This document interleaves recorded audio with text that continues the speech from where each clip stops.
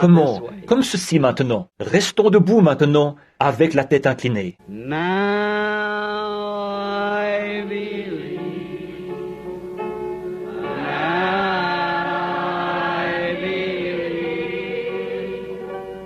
All things are possible. Now I believe. Now I believe. Now I believe. All things are possible. Now I believe. Let's remain standing now with our heads bowed. Seigneur, que ce ne soit pas qu'un chant, mais que ce soit les profondeurs mêmes de notre cœur qui s'écrient dans ce chant. Maintenant, je crois. Les disciples ont dit à un moment donné, après que Jésus avait fait tant de miracles, ils ont dit, Seigneur, maintenant nous croyons. Jésus a dit, vous croyez maintenant? Ils ont dit, nous croyons que tu sais toutes choses et que tu n'as pas besoin que personne t'enseigne. Alors, Père, ce soir, nous nous rendons compte que tu n'as pas besoin de notre enseignement, mais que c'est nous qui avons besoin du tien. Aussi, nous te prions de nous enseigner comment prier, comment vivre et comment croire. Accorde-le, Seigneur, au cours de cette réunion de ce soir. S'il nous manque quelque chose, donne-le-nous, Seigneur. Nous le demandons au nom de Jésus. Amen.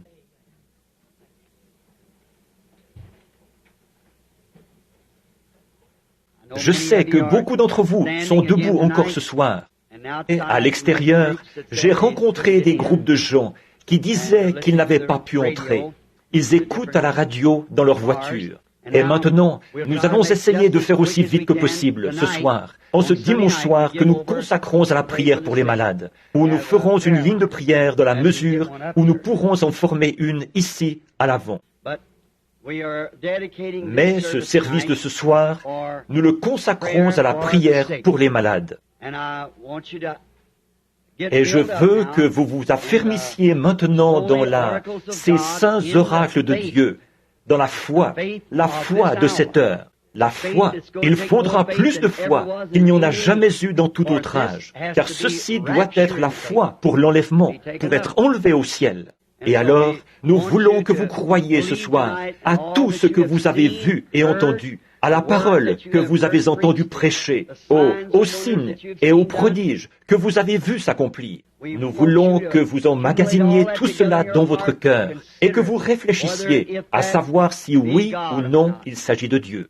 Tout comme jadis Élisée l'avait dit, si Dieu est Dieu, alors servez-le. De même, si Jésus est le centre de tout pour le chrétien, alors je pense que nous devrions abandonner tout le reste et nous attacher à lui. Souvenez-vous, il est le centre, il est l'étoile polaire, il est le point de référence final, il est l'absolu. Et s'il est l'étoile polaire, il n'y a qu'une chose qui indique l'étoile polaire, c'est votre boussole avec laquelle vous naviguez. Et la boussole avec laquelle je cherche à vous faire naviguer, c'est la parole. Et la parole l'indique toujours lui. Il nous semble que nous sommes en train de traverser une grande période d'angoisse et d'épreuve. Une période où on ne sait que faire et où il y a de l'angoisse chez les nations, où toutes sortes de choses se produisent. Et parfois, c'est comme si j'étais submergé. Partout où je regarde, c'est comme à bord d'un navire en pleine mer. Et on m'a confié le commandement du bateau. Comment allons-nous arriver à bon port? Une vague crêtée d'écume arrive, 100 fois plus grosse que mon navire. Mais nous franchirons la crête de chacune de ces vagues. Nous sommes plus que vainqueurs par lui. C'est le capitaine en chef, qui tient la corde au bout du navire. Il le fera passer au travers. Nous franchirons la crête de chacune de ces vagues. Maintenant, ce soir, pour faire vite et vous laisser partir de bonne heure, nous vous remercions, car vous faites de longs trajets en voiture et tout. Il vous faut rouler en voiture et faire ce sacrifice. Voyez-vous, et à cause de ça, j'aimerais tant rester là, continuer à parler et à faire tout mon possible pour vous aider. Mais quand je suis ici, je m'efforce de transmettre vraiment tout ce que je peux pour apporter une aide pendant ce moment où nous sommes maintenant ici. Mais alors, si on donne aux gens trop de choses à la fois, ils ne les retiennent pas. On ne doit prendre qu'une chose et la tenir là, devant la personne, jusqu'à ce qu'elle la voie. Puis, une fois que ça s'est ancré solidement dans son cœur, alors enseignez-lui quelque chose d'autre.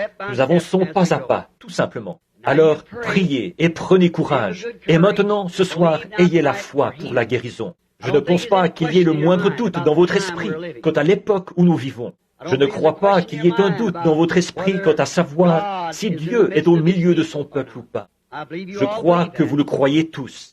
Et il n'y a aucun doute là-dessus dans mon esprit à moi. Et je sais que les miens, mes amis, les amis de Christ, les enfants de Christ croient cela. Et je me réjouis énormément de voir, quand on sait qu'on a un message qui vient de Dieu et qu'on le transmette aux gens, de voir que les gens y réagissent bien. Alors, on regarde en arrière et on dit « Merci, Père ». Oh, quelle joie alors de voir les enfants manger le pain qui leur a été envoyé. Vous rendez-vous compte que c'est une vision d'il y a des années, ça, ici même, au tabernacle? C'est vrai, le pain de vie. Père Neville, tu t'en souviens peut-être, un moment extraordinaire. Maintenant, prenons, si vous voulez suivre la lecture ou bien la prendre en note, c'est que je ne crois pas qu'il soit opportun de faire un service sans lire la parole de Dieu et faire quelques commentaires, si on a prévu faire un service de guérison ou tout autre genre de service. Nous comprenons tous, il n'y a pas de nouveaux venus parmi nous, je pense, mais nous comprenons tous ce qu'est la guérison. Ce n'est pas quelque chose que quelqu'un fait pour vous, c'est ce que Dieu a déjà fait pour vous. C'est la même chose pour le salut. Seulement, il faut amener les gens à croire que c'est la vérité. Dieu l'enseigne dans sa parole, après quoi il le prouve à ceux qui sont disposés à y croire. Car il a dit, tout est possible à ceux qui croient. Vous dites, rien n'est impossible à Dieu. Vous croyez ça? Rien ne vous est impossible, à vous non plus. Car tout est possible à ceux. Dieu est une seule personne, à ceux qui croient. Voyez? Donc, rien ne vous est impossible si vous pouvez seulement croire. Maintenant, dans 1 Roi, chapitre 17, je voudrais lire les 7 premiers versets, si le Seigneur le veut. Élie, le Tishbite, l'un des habitants de Galade, dit à Achab, « L'Éternel est vivant, le Dieu d'Israël, dont je suis le serviteur. Il n'y aura ces années-ci ni rosée, ni pluie, sinon à ma parole. » Et la parole de l'Éternel fut adressée à Élie en ces mots. « Pars d'ici, dirige-toi vers l'Orient, et cache-toi près du torrent de Kérit, qui est en face du Jourdain. Tu boiras de l'eau du torrent, et j'ai ordonné aux corbeaux de te nourrir là. » Remarquez, te nourrir là, pas ailleurs, là. Il partit et fut selon l'Éternel, ou la parole de l'Éternel, et il alla s'établir près du torrent de Kérit, qui est en face du Jourdain. Les corbeaux lui apportaient du pain et de la viande le matin, et du pain et de la viande le soir, et il buvait de l'eau du torrent. Mais au bout d'un certain temps, le torrent fut à sec, car il n'était point tombé de pluie dans le pays. Que le Seigneur ajoute ses bénédictions à la lecture de sa parole. Et maintenant, ce soir, je voudrais tirer de là un sujet, ce que j'intitulerais « La nourriture spirituelle en sa saison ». Nous avons eu un enseignement sur rendre un service à Dieu ou essayer de lui rendre un service sans que ce soit le temps, la saison, le lieu ou la personne. Ceci, c'est la nourriture spirituelle au temps convenable. Ce prophète Élie, nous ne savons pas grand-chose sur lui, mais nous savons qu'il était le serviteur de Dieu pour cette heure-là. Et Dieu a utilisé son esprit qui était sur Élie à 3 reprises déjà. Et il promet de le faire encore à 2 reprises. À 5 reprises, c'est donc la grâce. Il l'a utilisé sur Élie, il est venu sur Élisée, une double portion de celui-ci. Il était sur Jean-Baptiste et il doit venir afin de faire entrer l'épouse des nations, puis venir, avec Moïse, ramener les Juifs à la maison. C'est exact. Dieu promet d'utiliser l'esprit d'Élie à 5 reprises, et il l'a fait à 3 reprises déjà. Maintenant, ce grand prophète, nous ne savons pas d'où il est venu. Nous savons qu'il était Tishbite. Mais comment il est venu? Nous ne savons pas grand-chose sur les prophètes. Nous ne savons pas d'où ils venaient. Il est très rare. En effet, je n'en connais aucun qui soit venu de l'Église ou qui ait eu une généalogie derrière lui. C'étaient des hommes comme les autres. Ils étaient sans peur et souvent sans instruction. Et ils n'ont jamais rien écrit eux-mêmes. Ésaïe et Jérémie, 2 ou 3 d'entre eux ont écrit. Mais ce grand homme qui était Élie n'a jamais rien écrit. Beaucoup d'entre eux n'ont pas écrit. Peut-être qu'ils ne savaient pas écrire. Mais c'étaient des hommes qui étaient rudes. Personne dans la Bible n'était de la trempe de ces prophètes d'autrefois. Ils ont défié des royaumes, des rois, des peuples, des églises et tout le reste. Ils ont pris fermement position pour la parole de Dieu et Dieu a prouvé qu'ils avaient raison. C'étaient des individus très rudes. Et Élie, c'était un des plus rudes d'entre eux. C'était un homme du désert. Il est sorti du désert. Il vivait dans le désert. La Bible dit qu'il était vêtu de poils. Il était enveloppé d'une peau de mouton, et il avait un morceau de cuir, de peau de chameau autour des reins. Très, le visage couvert de barbe. J'imagine qu'il était un homme d'allure très rude, d'aspect très rude. Mais ils ne sont pas tous morts. Ils ne sont pas tous morts. À l'époque du Concile de Nicée, beaucoup d'entre vous avez lu le Concile de Nicée de l'Église primitive. Quand ils ont voulu en faire une organisation, dissoudre toutes les autres églises pour n'en former qu'une seule, quand ils ont tenu le Concile de Nicée, des hommes rudes de la trempe d'Élysée sont sortis du désert et se sont présentés là. Ils se nourrissaient exclusivement d'herbes sauvages, des hommes très rudes. Mais les dignitaires, les gens de la haute, qui relevaient de Constantin et tout, ils les ont fait taire. Eux, du fait qu'ils étaient prophètes, ils savaient que le grain de blé de l'épouse Église devait tomber en terre, tout comme le grain de blé dont l'époux avait dû tomber en terre. Et il y est resté pendant 1000 ans.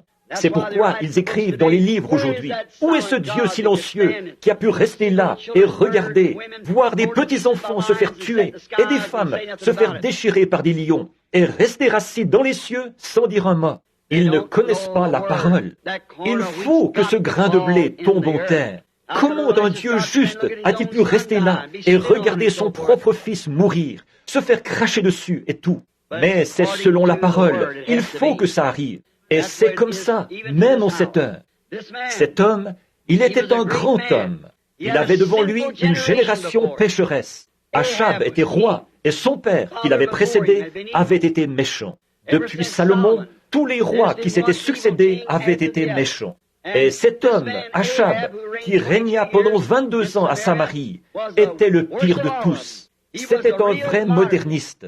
Il croyait à la religion, bien sûr, et il avait implanté la tendance moderne partout. Il avait ses 400 prophètes hébreux, tous bien instruits et bien formés. Dieu lui en avait envoyé un, mais il ne voulait pas le croire. C'était Élie. Mais Élie, ce Tishbite, était un homme du désert. Ce n'était pas un homme raffiné, c'était un homme rude.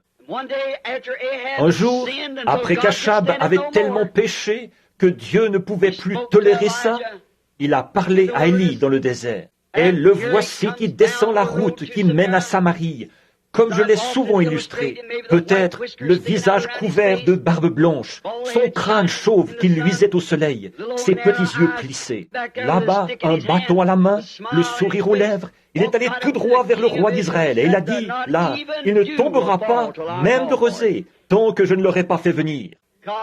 Que Dieu nous donne des hommes comme celui-là, des hommes qui savent ce qu'ils font, avec l'ainsi dit le Seigneur.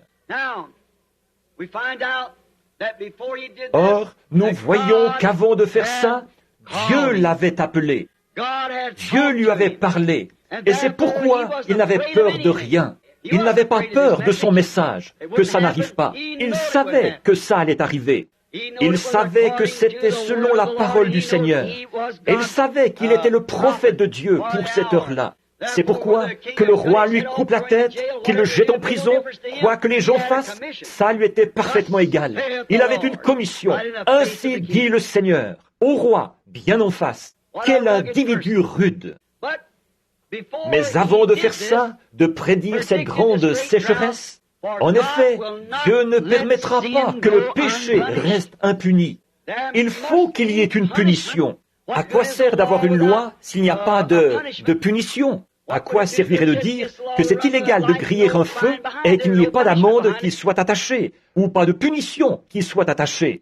Ce ne serait pas une loi. Donc, il y a une punition attachée au péché. Alors, quand Dieu fait une loi et qu'on défie cette loi, il faut qu'il y ait une punition attachée à ça. Et cette nation avait violé toutes ces lois. Oh, ils avaient l'Église en grand, ils avaient le temple. Il ne manquait pas d'hommes instruits. Ils avaient des prophètes partout dans le pays. On les produisait dans les écoles, en série, comme une machine. Il ne manquait pas de prophètes, il ne manquait pas de sacrificateurs, il ne manquait pas de scribes, il ne manquait pas de religion, mais ils s'étaient éloignés de la parole de Dieu. Alors Dieu a appelé un homme qui n'était pas dans leur rang du tout, et l'a envoyé avec l'ainsi dit le Seigneur. Et remarquez comme il s'occupe des siens. Avant d'envoyer ce prophète muni du message, il a dit, « Élie, va dire ces choses au roi Achab. » Et alors, quand tu l'auras fait, éloigne-toi vite de lui, car j'ai préparé un lieu où tu iras pendant la sécheresse. Je vais prendre soin de toi, Élie, à condition que tu prêches ma parole, que tu fasses exactement ce que je te dicte. Maintenant, je vais montrer en type ce grand ministère, ce soir, celui d'Élie et l'époque d'Élie, faire le rapprochement avec l'heure où nous vivons. Je crois que c'est un type parfait. Je pense aux nations, si nous avions le temps de retourner en arrière, mais c'est que je veux consacrer le temps qu'il faut à la ligne de prière. Donc, si nous pouvions retourner en arrière et voir ça, Israël s'était emparé de la Palestine dans les mêmes conditions que nous nous sommes emparés des États-Unis. Nous sommes entrés aux États-Unis et nous en avons chassé les habitants, c'est-à-dire les Indiens, et nous avons pris possession du pays. Et de même, Israël est entré en Palestine sous la conduite de Josué, sous la direction de Dieu. On a chassé les habitants et s'est emparé du pays. Et leurs premiers rois étaient des hommes vaillants. David, Salomon, de grands hommes. Nos premiers présidents étaient de grands hommes. Washington, Lincoln, et ainsi de suite.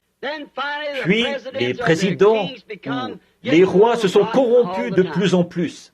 Et on a fini par se retrouver avec celui-là, Achab. Le type même, exemple très typique de notre jour. Et les gens étaient devenus tellement modernes qu'ils ne voulaient plus entendre la vraie parole du Seigneur. Et vous pouvez vous imaginer, un peuple moderne comme celui-là, l'impression que pouvait donner un véritable serviteur de Dieu. Voyons, il était fou, il avait perdu la raison. C'était une chose impossible, ça.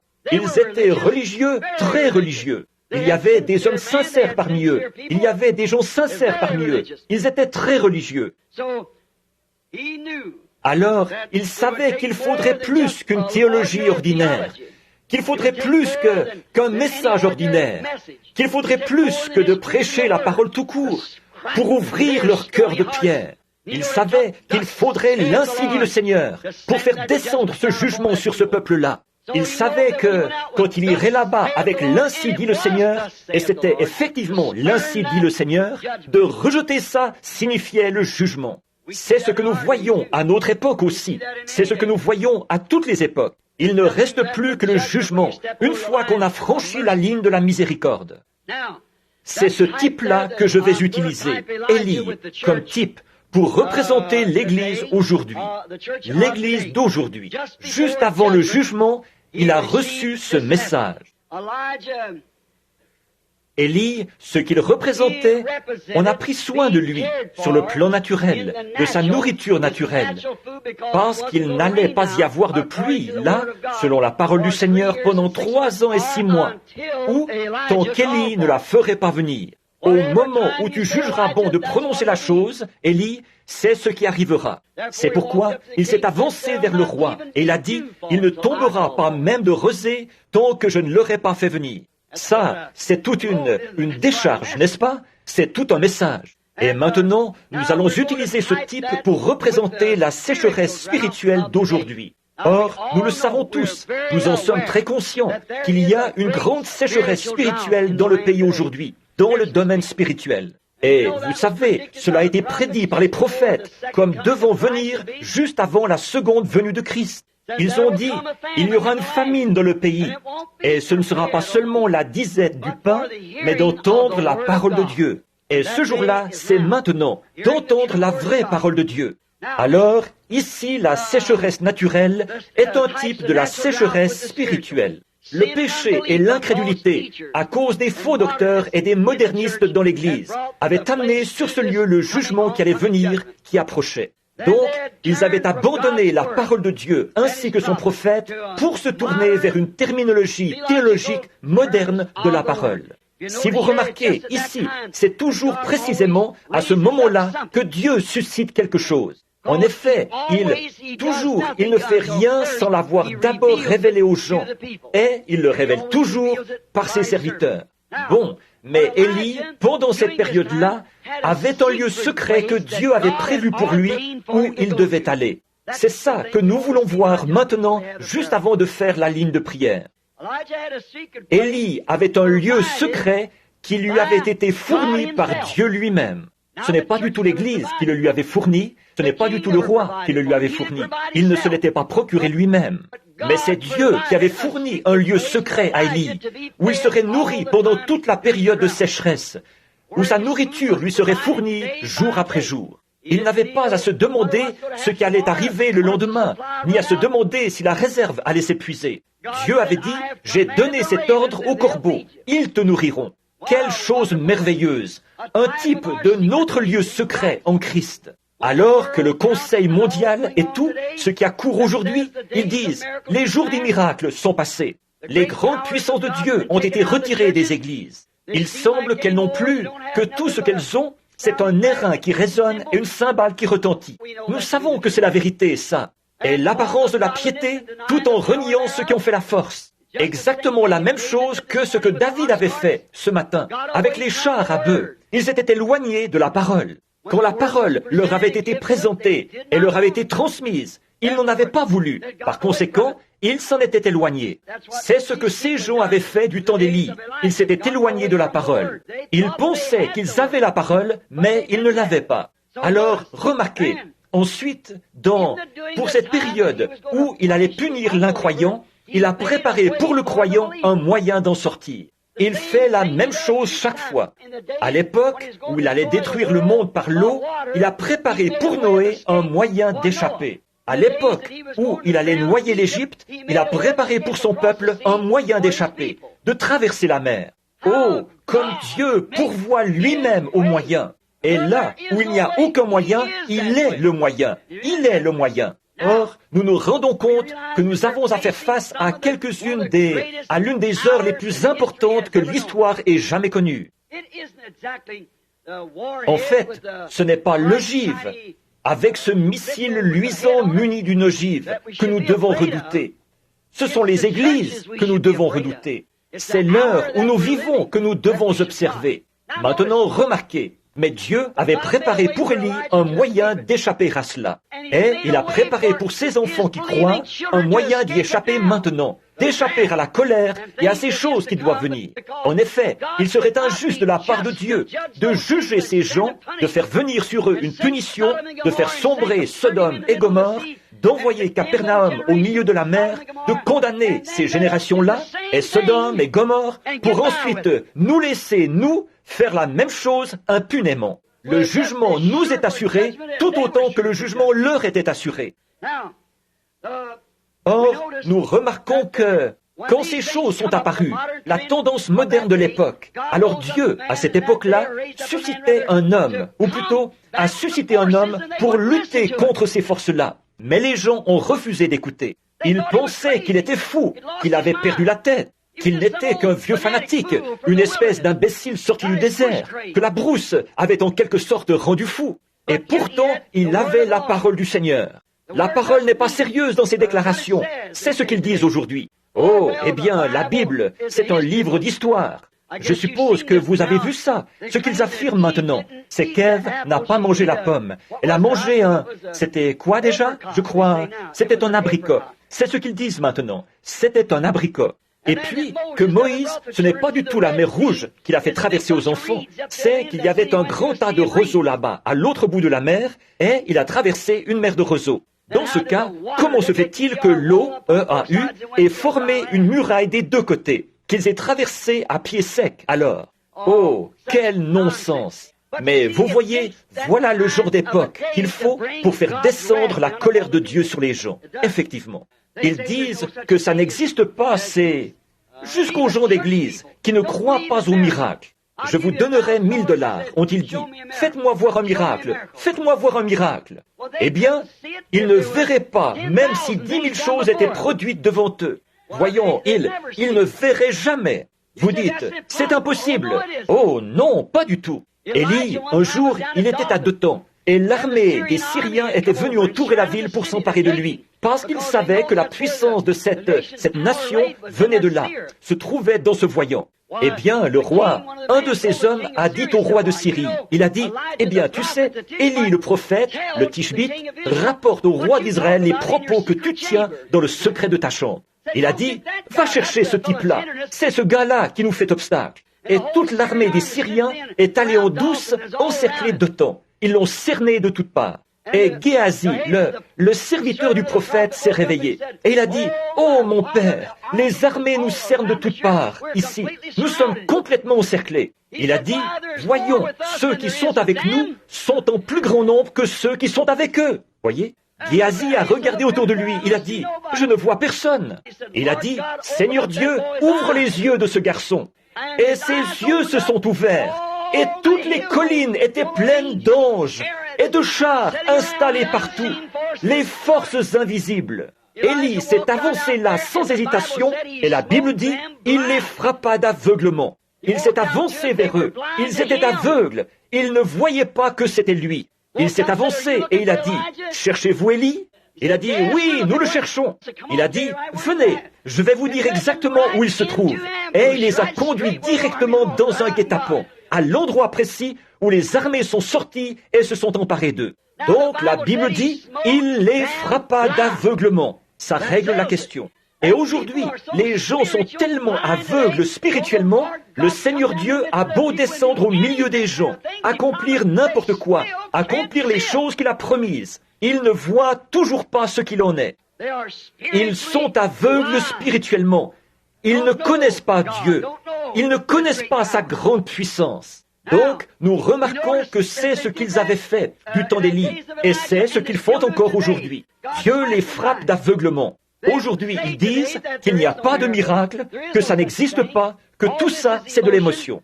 Et ils avaient dit la même chose d'Élie, puisque quand celui-ci était enlevé et qu'Élisée l'a remplacé, un jeune homme qui était devenu chauve alors qu'il était encore jeune, les enfants couraient derrière lui et disaient, « Vieux chauve, pourquoi n'es-tu pas monté avec Élie ?» Voyez-vous, ils n'y croyaient pas au départ, ces gens, malgré que tant de choses aient été accomplies. Ce grand homme de Dieu avait été enlevé au ciel par un char de feu, et les gens n'y croyaient toujours pas. Et ils ont laissé leurs jeunes enfants courir derrière cet homme et dire, « Vieux chauve, pourquoi n'es-tu pas monté ?» Voyez? Et là, le prophète a maudit ses enfants et une ours a tué 42 d'entre eux. Maintenant, remarquez, aujourd'hui, comme à cette époque-là, ils ajoutent leur interprétation personnelle à la parole. Bon, s'ils veulent faire ça, ça les regarde. Mais ils cherchent à nous y faire croire. La Bible dit que cette parole de Dieu ne peut être un objet d'interprétation particulière. Dieu fait l'interprétation par lui-même. Dieu confirme sa parole, et c'est ça qui en est l'interprétation. Comme je l'ai souvent dit, il a dit au commencement que la lumière soit, et la lumière fut. Ça n'a pas besoin d'être interprété. C'est arrivé. Il a dit qu'une vierge concevrait. Elle l'a fait. Il a dit qu'il répandrait son esprit. Il l'a fait. Et il a dit que dans les derniers jours, il ferait certaines choses. Et il les fait. Ça n'a besoin d'aucune interprétation. Dieu en fait l'interprétation par lui-même. Quoi que disent les hommes insensés, ça n'arrête pas Dieu du tout. Quand Jésus était sur terre, il a dû faire face à autant d'incrédulité que nous aujourd'hui, et peut-être même plus. Mais ça ne l'a pas arrêté. Il a continué quand même à accomplir et à faire son devoir, et Dieu confirmait tout ce qu'il faisait. Il a dit, « Je ne suis pas seul. Mon Père et moi, nous sommes un. Il demeure en moi. Ce n'est pas moi qui fais les œuvres, c'est le Père qui demeure en moi. Si je ne fais pas ces œuvres, alors ne me croyez pas. Mais si je fais ces œuvres, quand même, vous ne me croiriez pas, croyez aux œuvres. » Voyez, autrement dit, elles sondez les Écritures, a-t-il dit, parce que c'est en elles que vous pensez avoir la vie éternelle, en connaissant les Écritures. Et ce sont les Écritures elles-mêmes qui rendent témoignage de moi. Amen. Quelle déclaration! Ce sont elles, les Écritures, qui vous déclarent qui je suis, a dit Jésus. Et ce sont les Écritures qui vous déclarent à quelle heure nous vivons. Et ces choses que vous voyez s'accomplir, c'est Dieu lui-même au milieu de son peuple. Il n'y a que Dieu qui puisse ressusciter les morts. Il n'y a que Dieu qui puisse faire les choses qu'il fait en ce moment. En effet, la Bible dit, il est le même hier, aujourd'hui et éternellement. Alors nous voyons cette tendance moderne des gens. Oh, ces jours-là, c'est du passé. Les miracles, ça n'existe pas. Ces gens-là se laissent emporter par leurs émotions. Écoutez cet Élie, le prophète, qui crie contre eux et contre leurs théologiens. Remarquez, il a parlé comme s'il était Dieu lui-même. Élie a parlé comme s'il était Dieu lui-même. La rosée ne tombera pas du ciel tant que je ne l'aurai pas fait venir. Amen. Oui, monsieur. Le prophète avait été tellement longtemps dans la présence de Dieu. Les prophètes de l'Ancien Testament ou de toute époque, quand ils vivent dans la présence de Dieu, jusqu'à ce qu'ils deviennent la parole, leur message est la parole elle-même. Et souvenez-vous, il a dit, « Ainsi dit le Seigneur ». Quand ces hommes avaient reçu ces messages de la part de Dieu et qu'ils devenaient tellement absorbés que leurs propres pensées, ça allait peut-être à l'encontre de leurs propres pensées, ils n'étaient peut-être pas capables d'y voir clair. Mais ils prononçaient la parole de Dieu. Ainsi dit le Seigneur. Il n'y aura pas de pluie tant que je ne l'aurai pas fait venir. Oh, quelle déclaration! Il avait été dans la présence de Dieu et avait été confirmé de façon tellement parfaite. Et souvenez-vous, c'est aussi conforme à Amos 3:7. Le Seigneur, l'Éternel, ne fait rien sans l'avoir d'abord révélé à ses serviteurs les prophètes. Il a dit, il ne tombera pas de pluie. Il l'a d'abord, ils se sont moqués de lui. Ils le prenaient pour un fou, ce fanatique. Mais voyez-vous, il avait l'ainsi dit le Seigneur, qu'il n'allait pas pleuvoir. Et Dieu, avant de faire ça, il l'a révélé à Élie, son serviteur. Et il était un prophète confirmé, authentifié, alors les gens auraient dû se repentir. Mais au lieu de ça, ils se sont moqués de lui. Ils ont dit, « Oh, nous ne manquons pas de pluie, les réservoirs sont pleins, les rivières coulent bien. » La Bible dit qu'il n'y a pas même eu de rosée pendant 3 ans et 6 mois. Tous les ruisseaux et toutes les eaux ont tari partout. Ce n'était pas cet homme, c'était Dieu qui parlait à travers cet homme. Voilà le « je » dont il s'agissait. Nous le savons toujours. Alors, nous voyons que quand un homme envoyé par Dieu, prédestiné par Dieu, arrive avec le vrai, ainsi dit le Seigneur, le message et le messager sont une seule et même chose. En effet, il est envoyé pour représenter l'ainsi dit le Seigneur, mot pour mot. Donc lui et son message, c'est la même chose. Un homme d'une dénomination qui est sous les auspices d'une dénomination, lui et l'Église sont un. Un théologien soumis à la théologie fabriquée par une dénomination, lui et son message sont un. Une église de théologie, un théologien, c'est exact. Ainsi, quand un homme arrive avec l'ainsi dit le Seigneur, lui et le message sont un. Quand Élie est arrivé avec l'ainsi dit le Seigneur, lui et son message sont devenus un. Tout comme Jésus, quand il est venu, il était la parole. Jean 1. Alors, la parole de Dieu et le messager de l'âge étaient une seule et même chose. Toujours. C'est vrai. Jésus était la parole qui avait été prophétisée. Il était l'accomplissement de ce que les prophètes avaient annoncé. Une vierge concevra et enfantera cet enfant. Au tout début, Dieu leur avait dit, il avait dit, la semence de la femme écrasera la tête du serpent. et celui-ci lui blessera le talon. Toutes ces prophéties avaient été données. David s'était écrié. Tous les autres prophètes, au fil des âges, avaient parlé de lui.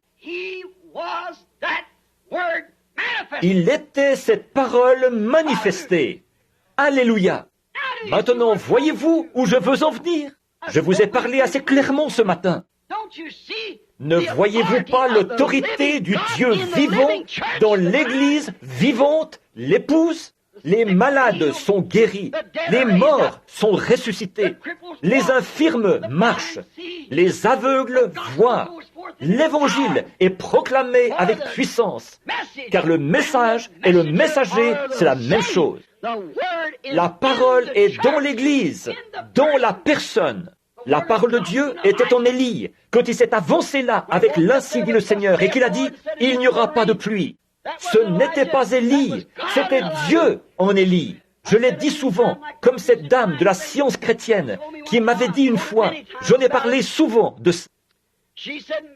Elle disait, Monsieur Branham, vous faites trop de cas de Jésus. J'ai dit, j'espère que c'est la seule chose dont j'aurai à rendre compte. Et elle a dit, vous essayez de le rendre divin. J'ai dit, il l'était divin. Elle a dit, oh, il était un prophète, il était un homme bon, mais il n'était pas divin. Et j'ai dit, eh bien, indiquez-moi un seul passage de l'Écriture qui déclare qu'il ne l'était pas. Elle a dit, dans le livre de Jean, il est dit qu'il pleura quand il est allé à la tombe de Lazare. Eh bien, j'ai dit, bien sûr qu'il pleura. Il était à la fois humain et divin. Il était un homme quand il pleurait, mais il fallait qu'il soit Dieu pour ressusciter les morts. C'est vrai. J'ai dit, il était un homme quand il avait faim, mais il était Dieu quand il a nourri 5000 personnes avec quelques petits pains et 5 poissons. C'est vrai. Il était un homme quand il dormait à l'arrière d'une barque, mais c'est Dieu en lui qui a pu apaiser les eaux. Pourquoi donc? Lui et son message étaient un. Il a dit, moi et mon Père, nous sommes un. Mon Père demeure en moi. Il était la plénitude de la divinité dans un corps. Je trouve que c'était vraiment saisissant l'autre jour, quand je présentais les 7 âges de l'Église. Tout d'abord, je n'arrivais pas à comprendre ça. Jésus était là, avec les... tout blanc, comme ça. Ça disait, ses cheveux étaient blancs comme de la laine. Je ne comprenais pas qu'un homme de 33 ans soit blanc comme la neige. J'ai appelé un bon théologien, un théologien pentecôtiste, un très cher ami. Eh bien, c'était frère Jack Moore. C'est un homme intelligent, brillant. Il a dit, frère Branham, c'était Jésus glorifié. C'était son aspect après qu'il avait été glorifié. Non, je ne pouvais pas croire ça. Non. J'ai dit, eh bien, frère Moore, merci. Je me suis retiré dans la pièce, là, et je me suis mis à parler à Dieu. J'ai vérifié les références dans ma concordance pour le retrouver dans Daniel, où il est dit, il s'avança vers l'ancien des jours, dont les cheveux étaient blancs comme de la laine. J'ai dit, Seigneur, je ne sais pas quoi dire, et j'ai cette responsabilité. Or ça, c'était avant les... Souvenez-vous, avant que les 7 sceaux soient ouverts, peut-être une année ou plus avant. Là, je priais, Seigneur, qu'en était-il? J'ai regardé, et là, debout devant moi, se trouvait un homme. C'était un juge, et il portait une perruque blanche. Les juges d'autrefois, des jours anciens, dans le temps, ils portaient une perruque blanche pour montrer qu'ils étaient une autorité suprême. Donc, quand j'ai vu Jésus qui portait la perruque blanche, j'ai dit que ça confirme tout simplement cette vérité que nous connaissons, qu'il est l'autorité suprême. Dieu a attesté la même chose sur la montagne de la transfiguration en disant « Celui-ci est mon fils bien-aimé. Écoutez-le, l'autorité suprême. »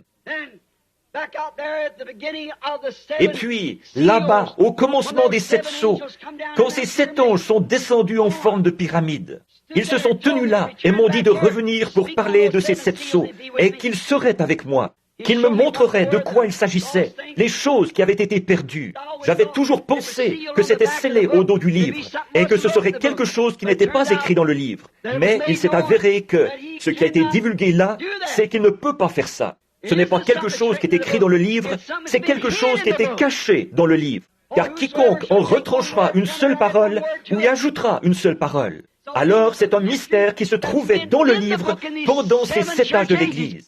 Chacun d'eux a produit un mystère, toutes ces choses au sujet du baptême d'eau et autres, qui les ont fait tâtonner pendant si longtemps.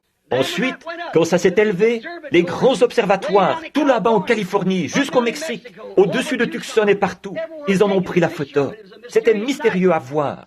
Frère Fred Sothmann, qui est là, assis juste là, et moi et frère Gene Norman, nous étions là, présents quand ça s'est élevé. Ils ont pris cette photo, mais ils ne savent toujours pas ce qu'il en est. Il n'y a pas longtemps, chacun disait, « Regarde un peu, ça ressemble à ceci, et les ailes de ces anges qui sont repliées là. » Un jour, je l'ai tourné à droite, j'ai regardé, et là se trouvait Jésus-Christ, un portrait aussi parfait que Hoffman en a jamais produit. Il était là, portant une perruque blanche, regardant en bas vers la terre, montrant qu'il est l'autorité suprême. Les cieux le déclarent, la Bible le déclare, le message le déclare, tous la même chose. L'autorité suprême, portant la perruque blanche. On voit sa barbe noire en dessous. Beaucoup d'entre vous ont vu la photo. Nous l'avons là-bas, au fond. Vous n'avez qu'à la tourner à droite, de côté. Regardez-la. Le voilà, aussi parfait qu'une photographie qu'on aurait prise de lui. Il ne la regarde pas de l'angle qu'il faut. Il faut la regarder du bon angle. Et seul le Seigneur Dieu peut révéler quel est le bon angle. Tournez-la à droite et regardez-la. Le voilà, aussi parfait que si on l'avait prise en photo, là-haut. La toute première fois que je l'ai vu, il ressemblait au portrait de Hoffman, que je n'avais encore jamais vu. C'est dans le tabernacle de Billy Sunday, des années plus tard, que je l'ai vu. Depuis, j'ai toujours eu une de ces photos-là dans ma maison. Et puis, ici, dans les airs, comme quoi le Dieu même que j'avais vu en vision près d'ici, alors que je n'étais qu'un jeune garçon, près d'ici, à l'endroit où se trouve maintenant l'école. C'est à ça qu'il ressemblait. Et ici, dans les cieux, 33 ans plus tard, ceux-ci déclarent que c'est la vérité. C'est bien à ça qu'il ressemble. Non pas quelque chose de mystique, la conception personnelle de quelqu'un. Comme au Vatican, ils ont là un portrait du Christ, avec un petit collier de barbe blanche, ou un collier de barbe d'environ un demi-pouce de long, qui forme un cercle autour du menton, jusqu'au-dessus de la bouche, comme ceci. Ils appellent ça le Christ. Ça me rappelle un artiste grec, ce que j'ai vu une fois dans une cathédrale ancienne. Il montrait à quoi ressemblaient Adam et Ève. Ils ressemblaient à des bêtes, ou quelque chose comme ça. Voilà ce que la pensée charnelle peut percevoir d'une chose spirituelle. Je pense qu'Adam, c'était le plus bel homme qui ait jamais vécu, et qu'Ève était une femme parfaite à tous égards. Maintenant, les pensées charnelles arrangent la chose selon leur conception personnelle. Alors Dieu fait descendre sa puissance, et par elle, il dévoile la chose. C'est exactement ça qui s'était produit ici du temps d'Achab. Donc nous voyons qu'Élie pouvait dire ça, parce que le message de l'heure est la parole de Dieu, le messager, le message et la parole, c'était exactement la même chose. Le prophète, la parole, le message, messager, message et message, c'était la même chose. Jésus a dit, si je ne fais pas les œuvres qui ont été écrites à mon sujet, alors ne me croyez pas. C'est bien. Tout homme et son message ne font qu'un. Voilà pourquoi, aujourd'hui, ils ne croient pas qu'il faut faire les œuvres de Dieu. C'est parce qu'ils n'acceptent pas le message de Dieu. Ils ne croient pas le message. Mais pour ceux qui croient à l'heure de Dieu, où nous vivons, ces choses sont de la nourriture cachée. Pensez un peu, Dieu a tellement bien caché la chose qu'il la regarde bien en face et ne la voit pas. De la même manière, Élie avait aveuglé l'armée des Syriens. De la même manière, Dieu aveugle l'incroyant pour qu'il ne voie pas la vraie, la véritable nourriture de l'enfant du croyant. C'est pourquoi ils appelaient Noé un fanatique. Il construisait une arche. Ses yeux étaient ouverts à la parole de Dieu et à la promesse. La chose même qu'ils appelaient du fanatisme, c'est ce qui a sauvé Noé et sa famille. Voyez-vous, la chose même, exactement, la chose dont les gens se moquent, c'est la chose que nous recherchons par la prière. La chose que les gens appellent folie, c'est ce que nous appelons grand. Ce que le monde appelle grand, Dieu l'appelle folie. Et ce que le monde appelle folie, Dieu l'appelle grand. C'est exactement ça qui est le contraste entre le vrai et le faux. Jésus-Christ est le même hier, aujourd'hui et éternellement. Souvenez-vous, il est entré dans son lieu secret selon le plan de Dieu, selon l'appel de Dieu et la parole de Dieu. Élie est entré dans son lieu secret selon la prescience, le plan de Dieu et l'appel qu'il avait dans sa vie, et selon la parole. Si ce n'est pas comme ça que nous y sommes entrés, je ne sais pas comment il se fait que nous y soyons. Et remarquez, avant que la sécheresse commence, Élie est entré dans ce lieu secret pour sa subsistance. Un type qui correspond parfaitement. Avant que le jugement commence à frapper la terre, l'Église a déjà été appelée à sortir. L'épouse a déjà été choisie. Et elle attend simplement, avant que le jugement s'abatte. Elle attend déjà. Elle mange la nourriture de Dieu. Elle jouit des bénédictions de Dieu. N'importe quel homme sensé saurait que nous nous dirigeons tout droit, que nous sommes à l'heure du jugement. Regardez, frère Banks, plusieurs d'entre vous, les hommes qui sont ici ce soir, vous étiez là-bas, sur cette montagne, ce matin-là. Et c'est de cette montagne que je veux parler dimanche matin prochain, si le Seigneur le veut. J'ai eu une grande révélation, quelque chose de plus, que j'ai de la peine à m'empêcher de dire ce soir. Mais voyez, et c'est vraiment continuel, tout le temps. Ces choses se produisent l'une après l'autre, voyez. Elles ne cesseront jamais de se produire, car c'était ainsi dit le Seigneur. Vous tous, ici, des milliers de gens, grâce aux bandes, m'ont entendu, alors que je me suis tenu là et que j'ai dit, ainsi dit le Seigneur. Il en sera ainsi et ainsi. Et même les journaux et les magazines ne peuvent pas faire autrement que d'en déclarer l'exactitude. Ils ne savent pas ce que ça veut dire, mais ils l'ont vu. Ils ne savent pas ce que c'est, mais ils l'ont vu. Une confirmation de la vérité de la parole. Nous nous tenions là, au bord de la rivière, le jour où cet ange du Seigneur est descendu, il y a 33 ans, ou c'était en 1933. Il est descendu et a dit les choses qu'il a dites. En repartant, de nombreux hommes qui étaient là, sur la rive, ont dit, « Qu'est-ce que ça voulait dire, Billy ?» J'ai dit, « Ce n'était pas pour moi, c'était pour vous. Moi, je crois. Vous, non. » Et j'ai tout simplement continué à marcher. Alors le pasteur m'a dit, il a dit, « Es-tu en train de me dire que toi, qui n'as fait que des études primaires, tu vas parcourir le monde et prier pour des monarques, des potentats, des rois et tout ?» Oh, il a dit, « Oublie ça. » Je ne pouvais pas l'oublier. C'était gravé dans mon cœur. Voici que 33 ans plus tard, tout ce qu'il avait dit est arrivé parfaitement, tel qu'il avait dit qu'il le ferait. Il est Dieu et ne peut pas échouer. Il tient toujours sa parole. Il n'en doutait jamais. Maintenant, remarquez, il y est entré selon le plan de Dieu, la prescience, l'appel de Dieu et la parole de Dieu. Et il y est entré avant que la sécheresse commence. Or, nous savons que le jugement est sur le point de s'abattre. Sur la colline, ce jour-là, avec frère Banks Woods, ici présent, nous montions la colline. Peut-être vais-je le raconter de nouveau, pour faire grandir votre foi, en vue de la ligne de prière qui se fera dans les 10 ou 15 prochaines minutes. Je marchais juste devant frère Banks. Je pense qu'il était parti au moment où sœur Ruby était malade. Il me suivait, et j'ai remarqué qu'il avait le visage rouge. J'ai regardé en arrière, je me suis dit qu'il avait peut-être de la peine à gravir cette colline. Alors j'ai ralenti un peu. Là-bas, dans ces déserts, à monter des collines comme ça, à l'endroit où les anges du Seigneur étaient apparus. Nous nous dirigions tout droit vers cet endroit-là, l'endroit où ils étaient apparus quelques mois auparavant. Et pendant que je montais la colline, l'Esprit de Dieu, quand je me suis retourné, j'ai regardé au sommet de la montagne. Et il a dit, ramasse cette pierre et dis-lui, ainsi dit le Seigneur. D'ici quelques heures, tu vas voir la gloire de Dieu. J'ai tout simplement ramassé la pierre et j'ai dit, frère Banks, je ne sais pas pourquoi.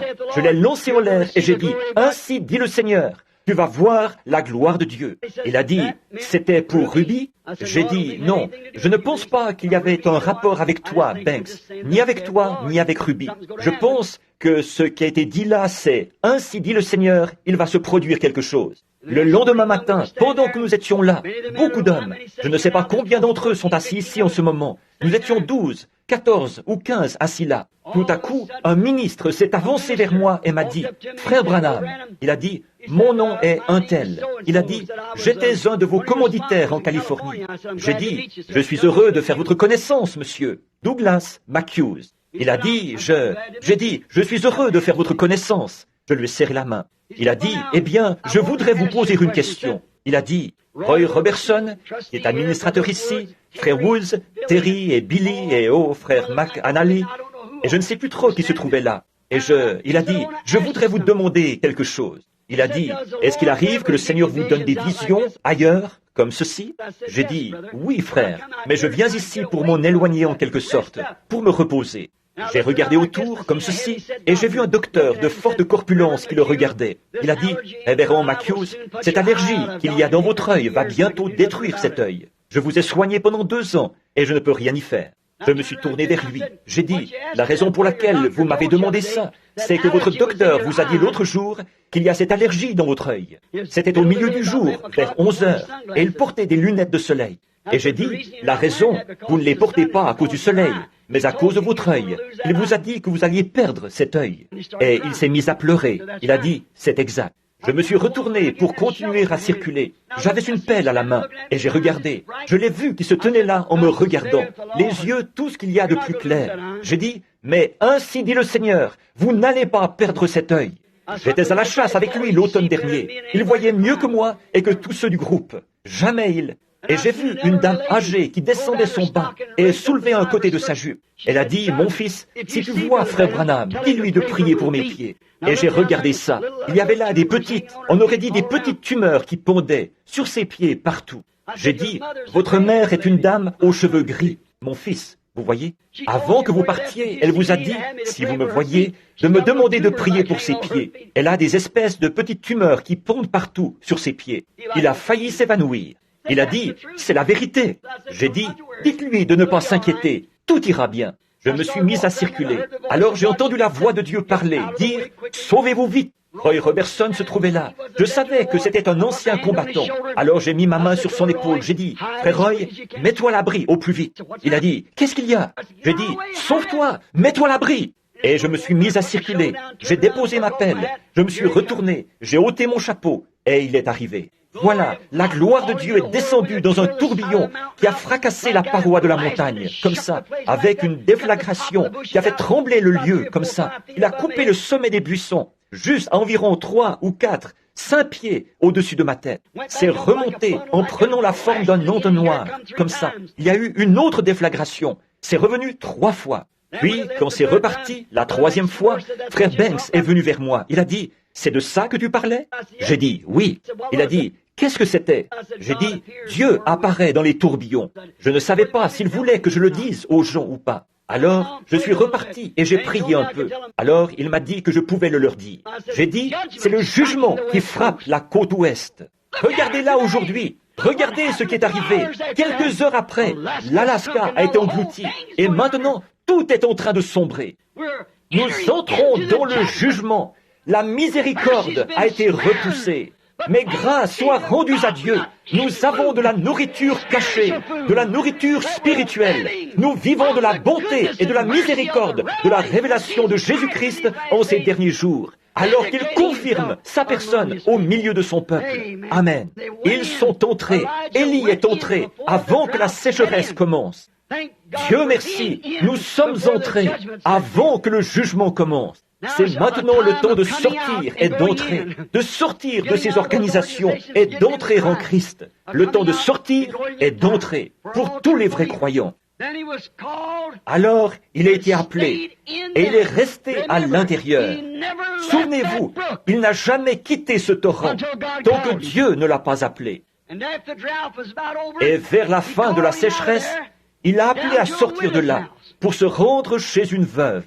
Remarquez, il a fait appel à cette veuve. Et cette veuve ne s'était pas associée avec les incroyants, prit la marque de la bête pendant la sécheresse. Alors, il a appelé Élie à nourrir cette veuve. Tout ce qu'ils avaient, c'était un petit gâteau, une petite chose à laquelle elle s'accrochait. Et Élie a dit, « Donne-le-moi premièrement, car ainsi dit le Seigneur, ce pot ne se videra point et la cruche ne séchera point, jusqu'au jour où le Seigneur Dieu fera tomber de la pluie sur la face du sol. » Faire passer Dieu avant tout, sa parole avant tout. Remarquez, il y avait de la farine dans le pot. Chaque fois qu'elle allait chercher de la farine, il y avait de la farine dans le pot. Il y avait de l'huile dans la cruche. Chaque fois qu'elle allait en chercher. Pourquoi la farine représentait Christ dans l'offrande de farine? Les grains devaient être impeccables pour que chacun soit moulu. Chaque grain de cette farine était pareil, montrant qu'il est le même hier, aujourd'hui et éternellement. C'était là la parole, le pain de vie, qui faisait suite au message, pour confirmer la parole. C'est pareil aujourd'hui, mes amis. C'est pareil aujourd'hui. Le pain de vie dont les enfants se nourrissent fait suite au message de Dieu, afin de les nourrir pendant la période de la sécheresse. Et s'il était en notre présence aujourd'hui, et s'il était en notre présence maintenant même, il se comporterait et il ferait exactement la même chose que ce qu'il avait fait à l'époque où il était dans une chair, ici sur terre. L'épouse fait partie du mari. L'Église est pareille à Christ. Vous ferez, vous aussi, les œuvres que je fais. Et c'est la parole qui les faisait. Il nous a dit que nous ferions, nous aussi, les choses que lui, il avait faites. Là encore, nous remarquons, si la parole est en nous et qu'elle est venue à nous comme elle l'avait fait dans le cas d'Élie à cette époque-là, elle accomplira la même chose que ce que lui, il avait fait. Il allait se nourrir des choses secrètes de Dieu qui sont cachées au monde. Oh, là encore, c'est ce qui fait que le message et le messager sont un. La nourriture spirituelle est prête, maintenant en sa saison. Et vous pouvez, chacun de vous, avoir cette nourriture, si vous le désirez. Si vous êtes disposé à vous détacher de toute l'incrédulité de cette heure, si vous êtes prêt à entrer en Christ, à entrer dans sa promesse, et rappelez-vous les promesses qu'il a faites dans Malachie 4, dans Luc 17, 30, et aussi dans Jean 14, 12, et dans combien d'autres passages de l'Écriture, où il est fait mention, Joël 2, 38, et tout ce qu'il ferait, ou plutôt 2, 28, ce qu'il ferait dans ces derniers jours. Et ce qui était dit par le prophète, qu'il y aurait de la lumière dans ces derniers jours, quel effet elle aurait, ce qu'elle produirait, toutes les Écritures qui annonçaient ces derniers jours. Et il s'agit de Christ. Si vous pouvez vous cacher dans cela maintenant, dans ce lieu secret, vous pourrez manger et voir la bonté et la miséricorde de Dieu. Si vous êtes malade, il y a là la guérison. Vous vous souvenez quand Élisée, plus tard, avait fait descendre, après cette offrande de farine qu'il avait eue, Christ, et dont il avait nourri la famille de cette veuve. Remarquez, plus tard, quand il a fait descendre le feu des cieux et tout, et qu'il a prouvé qu'il avait été envoyé par Dieu, l'esprit du prophète. Remarquez, dans le désert, quand il était couché sous le genêt, un ange est descendu avec ce même genre de farine. Il a fait cuire des gâteaux et l'en a nourri. Un peu plus tard, il l'a de nouveau fait dormir, puis il l'a réveillé, et il y avait encore des gâteaux de farine cuits qui l'attendaient là. Et avec la force que lui donnèrent ces gâteaux, il marcha 40 jours. Gloire à Dieu, il est le même hier, aujourd'hui et éternellement. Oh, combien nous l'aimons, la nourriture spirituelle en sa saison. Il n'est pas bien de prendre le pain des enfants et de le donner aux chiens. N'est-ce pas que Jésus a dit la même chose à la syrophénicienne? Il avait été envoyé vers les siens, c'est vrai. Et voilà vers qui il est venu. Il n'est jamais allé vers les gens des nations. Et maintenant, aujourd'hui, il visite les gens des nations, à leur époque à eux. Et il n'est pas bien. Vous dites, comment se fait-il que le message ne va pas là-bas, dans ces lieux grandioses, ces grandes croisades, comme au sein des dénominations?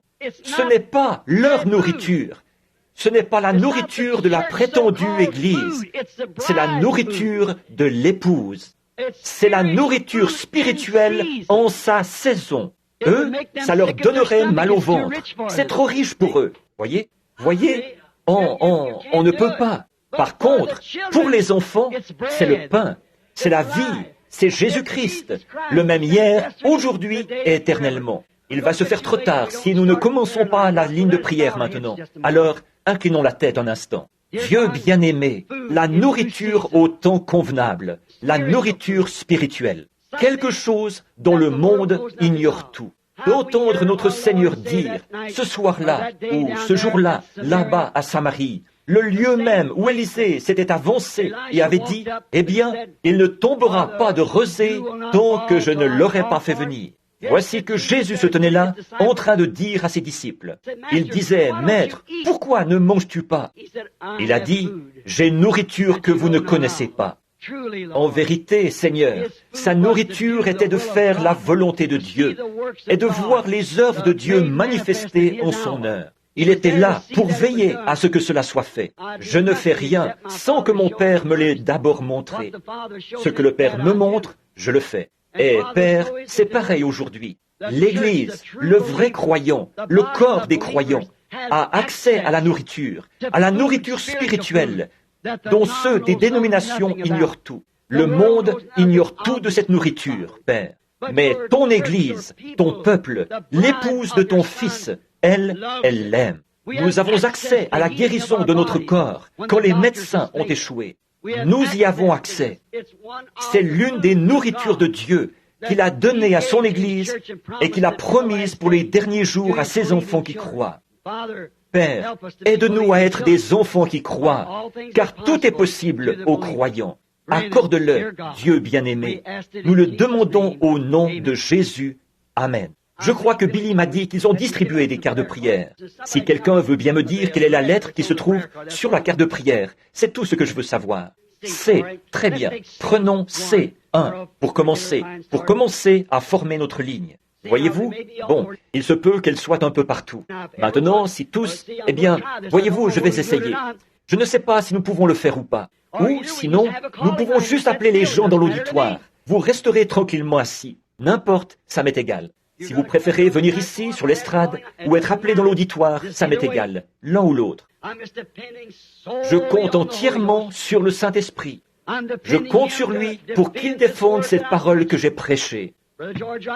Frère George Wright, j'y crois.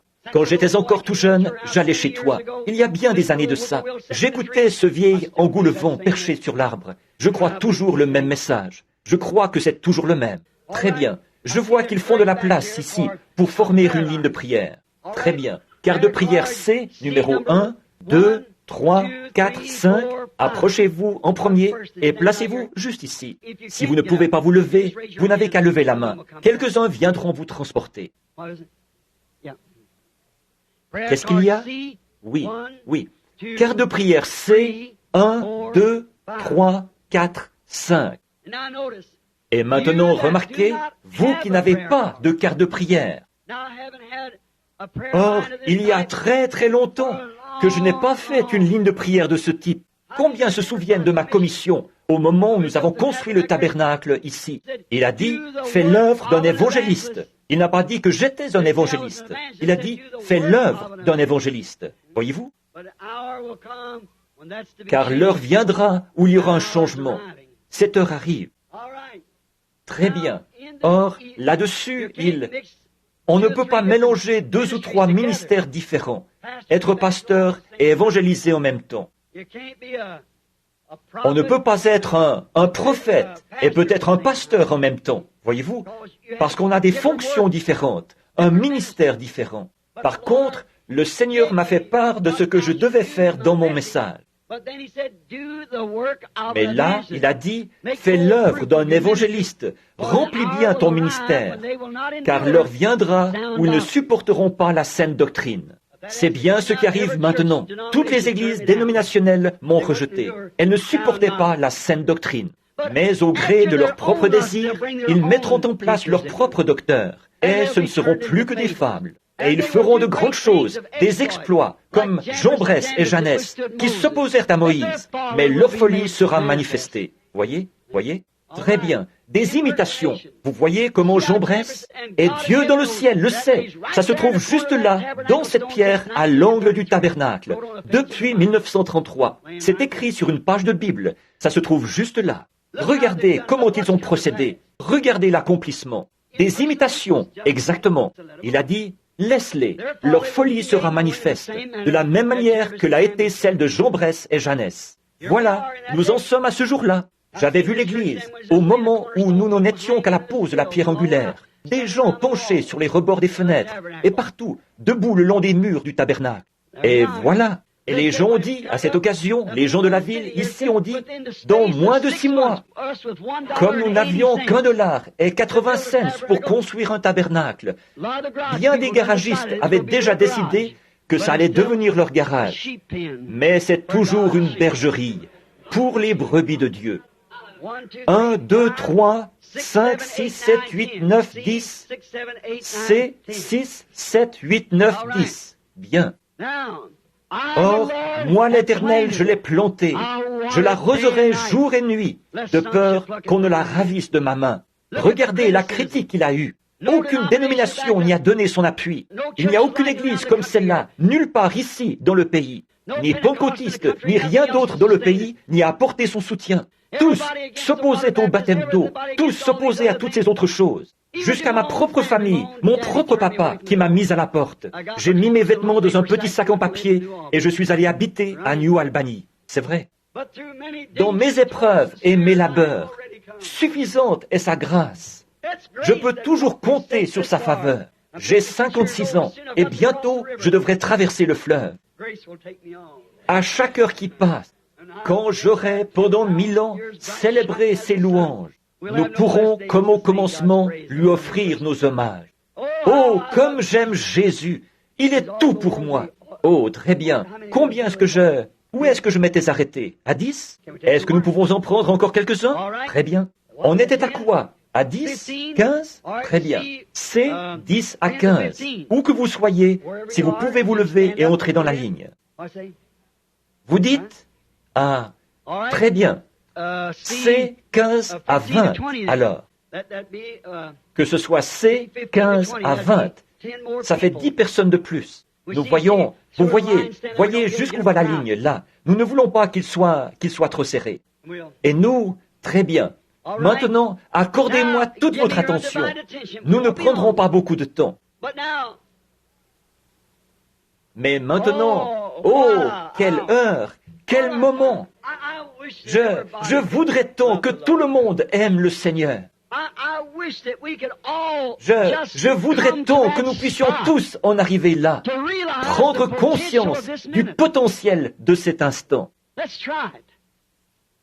Essayons. Accordez-moi donc votre attention.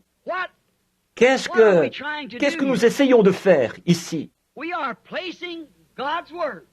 Nous mettons la parole de Dieu à l'épreuve. Élie a fait la même chose. Il est monté sur la montagne, une fois qu'il savait qu'il était envoyé par Dieu pour le faire. Maintenant, montrons qui est Dieu. Le Dieu qui répondra par le feu, c'est celui-là qui sera Dieu. Et les païens se faisaient des incisions. Oh, ils disaient, mais bien sûr que non. Les païens savaient que le feu n'allait pas tomber. Alors ils criaient et s'emballaient. Par contre, Élie, lui, il savait que le feu allait tomber, parce qu'il avait eu une vision de la part du Seigneur. Vous dites, il avait une vision? Oui, monsieur. Quand il a eu tout mis en place, il a dit, Seigneur, j'ai fait tout ceci sur ton ordre. Ensuite, le feu s'est mis à tomber. Quand on observe la parole de Dieu à la lettre, alors c'est à Dieu de s'occuper du reste. Tout ce qu'il vous demande, c'est de présenter cela. Et assurez-vous bien que vous avez été appelé à présenter cela. Voyez? Si oui, il s'occupera du reste. Maintenant, ici, il y aura des gens qui passeront dans cette ligne, pour qui je prierai. Bon, là, vous êtes alignés presque jusqu'au mur. Très bien, pour commencer la ligne. D'abord, tout au moins quelque part ici dans le bâtiment, quelques personnes. Combien ici sont malades et n'ont pas de carte de prière? Levez la main. Voyez? Partout. Or, vous savez que si notre Seigneur, et je crois qu'il le fera, s'il est le même hier, aujourd'hui et éternellement, il a fait des lignes de prière. Les gens venaient à lui, de grandes files de gens, des foules. Il les touchait, les bénissait. À un moment donné, il s'est arrêté et il a dit, « Qui m'a touché ?» Il a promené les regards. Il a dit à une femme pourquoi elle l'avait touché. Il a déclaré que sa perte de sang s'était arrêtée, que sa foi l'avait guérie. Qu'est-ce qui se serait passé si elle s'était retournée et avait dit, « Eh bien, je ne sais pas, Seigneur, ça fait longtemps que j'ai ça. » Ce ne serait pas arrivé. Non, ce ne serait pas arrivé. Non. Qu'est-ce qui se serait passé s'il avait dit à la syrophénicienne, « À cause de cette parole que tu as prononcée, ta fille, le démon est sorti d'elle. » Et qu'il avait dit, « Eh bien, là, Seigneur, j'aurais voulu que tu procèdes comme ceci. » Le démon serait resté dans cette fille. Mais elle s'attendait à trouver son enfant comme il avait dit qu'elle la trouverait. Or, il nous a dit, « Si tu peux croire, si tu peux dire à cette montagne, ôte-toi de là, sans douter dans ton cœur, mais en croyant que ce que tu as dit arrivera, cela te sera accordé. Quand tu pries, crois que tu l'as reçu. Cela te sera donné. » Quelle promesse! Maintenant, l'homme qui prêche un évangile social ne croit pas du tout à ça. Il s'approcherait de la porte, regarderait à l'intérieur, ou resterait là et dirait, « Eh bien, ce n'est qu'une autre bande d'exaltés », et s'en irait. Voyez, mais il ne sait pas que ceci est la nourriture cachée. Il ne sait pas que ceci est la chose secrète qui lui a été cachée. Il ne le sait pas. C'est pitoyable. Être nu, misérable et aveugle d'entendement et ne pas le savoir. Voyez, c'est mauvais, ça. Oh Dieu, ne permets jamais que je devienne comme ça. J'aimerais mieux mourir. Je préférerais mourir, oui monsieur, plutôt que de faire ça. Et je pense que c'est la même chose pour chacun de nous, n'est-ce pas? Mais maintenant, Dieu nous a promis ces choses pour les derniers jours. Dans Malachie 4, il est dit que Jésus-Christ descendrait et se présenterait dans une chair humaine, comme il l'avait fait à Sodome. C'est vrai. Et il est dit que le monde serait dans un état sodomite.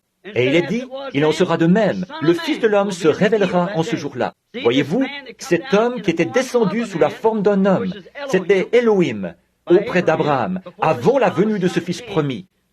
Regardez ce qu'il en était. Abraham a dit que c'était Dieu. Et la Bible dit que 3 hommes sont venus à lui. Ils avaient de la poussière sur leurs vêtements. Ils avaient voyagé. Ils se sont assis et ils ont mangé comme des hommes. Et Jésus a dit que juste au moment où le monde se retrouverait dans un état sodomite, c'est alors que le Fils de l'homme se révélerait de nouveau. Non pas le Fils de Dieu, le Fils de l'homme, voyez-vous, se révélerait. Maintenant, faites le rapprochement avec ce que le dernier prophète a dit. Voici, je vous envoie Élie le prophète, et il ramènera le cœur des enfants au Père. Voyez? Un message visant à les ramener à la Bible. Et le Fils de l'homme se révélera en ce jour-là. Et en ce jour-là, où sonnerait le dernier âge de l'Église, le 7e ange, les mystères de Dieu devaient être divulgués en ce jour-là. Les 7 sceaux seraient rompus. Les mystères de toutes ces églises et de toutes ces choses, comment elles sont arrivées, et ce qui s'est passé. Ils ne savent pas ce qu'il en est. Jésus a dit, pharisiens aveugles. Il a dit, si un aveugle conduit un aveugle, n'est-ce pas qu'ils tombent tous deux dans une fosse? Voyez-vous, c'est pour ça que ces gens ne voient pas ce qu'il en est. Le mystère de cela, de ces sceaux, c'est que chacune de ces églises a formé une organisation et s'est retrouvée là-dedans. Et voilà une des choses secrètes qui était mauvaise aux yeux de Dieu. Vous voyez ça, Dr. Lee? Voyez-vous? Regardez, effectivement, c'est là le point, justement. C'est là un des secrets. Ils sont devenus une organisation. Et voyez-vous, ils étaient complètement en dehors de la volonté de Dieu. Cette chose sera dévoilée dans les derniers jours. Et les gens seront conduits, non pas à un credo ou à une dénomination, mais ils seront ramenés à la vraie parole. Et la vraie parole sera adressée à un certain groupe de gens. Et le Fils de l'homme se révélera au milieu d'eux, le même hier, aujourd'hui et éternellement. Oh là là! Oh, j'aime ça! J'aime faire son éloge. J'aime le rendre grand devant les gens. Je n'ai pas à le rendre grand, il est déjà grand. Il est tellement haut que vous ne pouvez pas passer par-dessus lui, tellement profond que vous ne pouvez pas passer par-dessous lui, tellement large que vous ne pouvez pas le contourner. Et malgré tout ça, vous avez assez de place pour lui dans votre cœur. Ne voulez-vous pas le recevoir? Comme notre Seigneur est merveilleux. Très bien. Maintenant, soyons bien tranquilles. Tout le monde. Or, nous avons parlé de ceci. Maintenant, la question c'est, est-ce vrai? Bon, il se peut qu'il y ait des nouveaux venus ici. Voici ce que je dirais, ce que je vous dirais, si Christ est le même hier, aujourd'hui et éternellement. Qu'est-ce qu'il ferait en cet instant? Il ferait la même chose que ce qu'il avait fait quand il était ici auparavant. Pas vrai? La foi des gens toucherait son vêtement et il se retournerait, comme il l'avait fait dans le cas de la femme au puits, et comme il l'avait fait en d'autres lieux, et qu'il connaissait leurs pensées. Bon, vous dites, est-ce qu'il pourrait me guérir? Sa parole déclare que ça, c'est déjà fait. Par contre, ce qu'il faut, c'est qu'il fasse connaître sa présence ici. Or, s'il nous apparaissait dans un corps physique, qu'il ressemblait trait pour trait au portrait du Christ à 33 ans de Hoffman, que du sang coulait de sa main et tout, qu'il avait des marques de clous partout, je n'accepterai pas ça. Non, non, non, non. Quand il viendra lui-même, tout œil le verra, toute langue le confessera. Comme l'éclair va de l'Orient jusqu'en Occident, il en sera de même. Voyez? Nous ne croyons pas à ces sectes et à ces clans. Nous croyons que Dieu est la parole. Mais il s'incarne, il prend votre corps et mon corps, et il vous donne des dons, il me donne des dons, et c'est au moyen de ces dons qu'il se fait connaître. C'est ça, la nourriture secrète. Peu importe combien il pourrait se faire connaître à travers moi, il faut que vous y croyiez, il faut que vous ayez un don de foi, vous aussi, pour y croire. Croyez-vous ça? Et maintenant, s'il se manifeste de cette manière-là, est-ce que vous croirez en lui? De tout votre cœur, vous croirez en lui? Oh, comme c'est merveilleux! Je l'attends, tout simplement. J'attends de voir ce qu'il dira. Voici un homme, ici. Je ne l'ai jamais vu de ma vie, à ma connaissance. Il semble être un homme bien robuste, en bonne santé. Et il l'est probablement. Je ne sais pas. Mais il se tient là. Bon, je pourrais aller imposer les mains à cet homme et prier pour lui demander s'il croirait. Il pourrait se tenir ici et me dire, je voudrais que vous priez pour un tel. Et j'ai un affaissement de la voûte plantaire. J'ai constamment mal à la tête. J'ai des ulcères à l'estomac ou quelque chose comme ça. Je ne sais pas. Il pourrait mentionner n'importe laquelle de ces choses. Je dirais, bon, très bien mon frère. Je vais poser mes mains sur vous et prier pour vous. Ce serait parfaitement bien. C'est exactement ça que nous avons fait tout au long de l'âge. Pas vrai? Mais souvenez-vous, Jésus a dit que juste au moment de sa venue, ce serait différent, comme ce qui était arrivé du temps de Sodome. Et l'homme qui était venu, il avait le dos tourné à la tente où se trouvait Sarah. Et il a dit, non pas Abraham, là, Abraham. Voyez-vous, la veille, il était Abraham, mais une vision s'était présentée devant lui. Et le Seigneur lui avait dit ceci, je vais changer ton nom. Et voici que le Seigneur lui-même, sous la forme d'un homme, est en train de manger et de boire avec lui.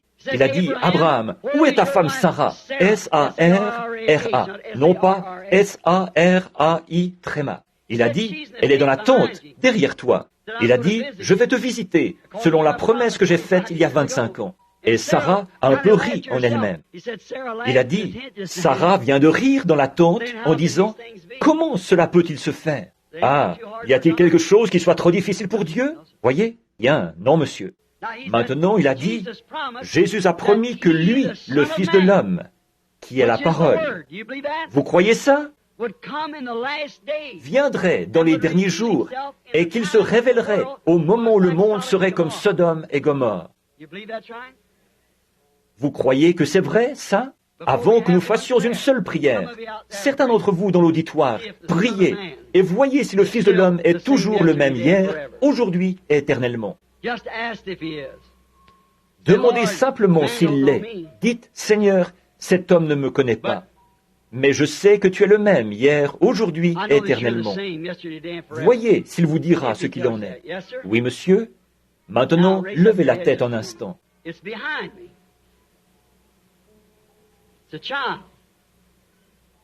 C'est derrière moi. C'est un enfant. Il est brûlant de fièvre en ce moment. C'est une petite fille. Vous n'êtes pas d'ici. Cet enfant a des problèmes d'estomac. Elle en avait. Croyez seulement. Or, est-ce bien ce qu'il avait dit qu'il ferait?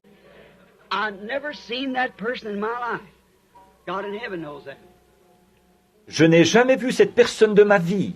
Dieu, dans le ciel, le sait. Cet homme, ici, il a l'air très robuste et en bonne santé.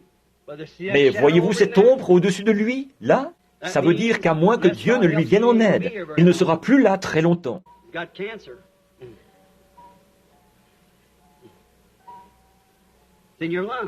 Il a un cancer. Le cancer se trouve dans votre poumon. Maintenant, le Fils de l'homme est ici. Il a un fardeau sur son cœur pour un petit garçon, un petit enfant. Pas vrai? Vous croyez que Dieu peut me dire ce qui ne va pas chez cet enfant? Il le peut. Il a des petites pertes de connaissance. C'est comme une forme d'épilepsie. Il vient d'en avoir une tout récemment. C'est exact, ce matin. Vous croyez que vous allez rester en vie pour élever ce garçon et qu'il ira bien? Où est Charlie Cox? Où est-il? Charlie, où es-tu? Je pensais qu'il était ici ce soir. Par ici. Charlie, Gary, où es-tu? Larry, lui, est-ce qu'il est ici? Son petit garçon avait la même chose. exactement la même chose. Où es-tu, Larry? Viens ici une minute. Eh bien, voilà. Ce petit garçon avait la même chose. Son père et sa mère sont de très bons amis à moi. Il y a des années, j'étais là-bas, et ce petit garçon était pris de crise. Il perdait connaissance et n'avait plus conscience de rien. C'était l'épilepsie. J'ai discerné ça sur ce petit garçon. J'ai demandé à Dieu de le guérir. Il n'en a pas eu une seule depuis. Voilà son père. Sa mère est assise ici quelque part. Et voici le petit garçon lui-même. Maintenant, est-ce que vous croyez, monsieur? Merci, Larry. Vous croyez, monsieur? Puisse le Dieu du ciel vous accorder la même chose et vous donner de vivre pour élever cet enfant. Que Dieu vous bénisse. Prions. Dieu bien-aimé, viens lui en aide. Je prie que ta miséricorde et ta grâce soient sur lui et que tu le bénisses. Au nom de Jésus. Retournez maintenant en Louisiane, dans la joie. Donnez gloire à Dieu pour lui.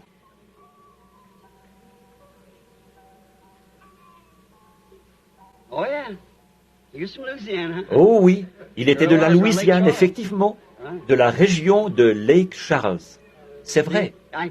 Voyez-vous, je peux capter vos pensées maintenant. Que Dieu soit loué. Eh bien, vous demandez une bonne chose. Vous voulez avoir un bébé. Vous avez eu des enfants déjà, 2 ou 3 enfants, mais vous en voulez un autre. Puisse le Dieu du ciel vous l'accorder, ma sœur. Venez, je veux juste vous imposer les mains. Dieu bien-aimé, donne à cette femme ce que son cœur désire, parce que c'est une noble cause. Au nom de Jésus. Amen. Maintenant, allez avoir cet enfant.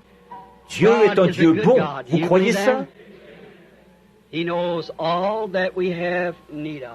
sait tout ce dont nous avons besoin. Il pourvoit à tous nos besoins si nous le croyons. Il a dit, si tu peux croire, je vous ai serré la main quelque part. Je ne me rappelle plus où c'était, mais quelque part je vous ai serré la main. Je ne me rappelle plus exactement, seulement nous étions quelque part. Aujourd'hui, quelque part, mais je ne sais pas où c'était. Par contre, ce n'est pas là, nous ne sommes pas là pour parler de ça. Vous êtes là pour parler ou pour prier.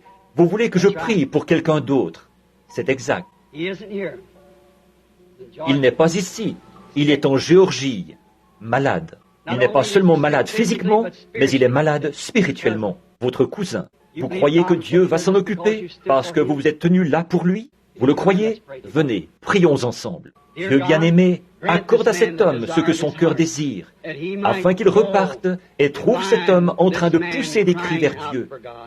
C'est au nom de Jésus que je le demande. Amen. Que Dieu vous bénisse. Ne doutez pas, croyez de tout votre cœur.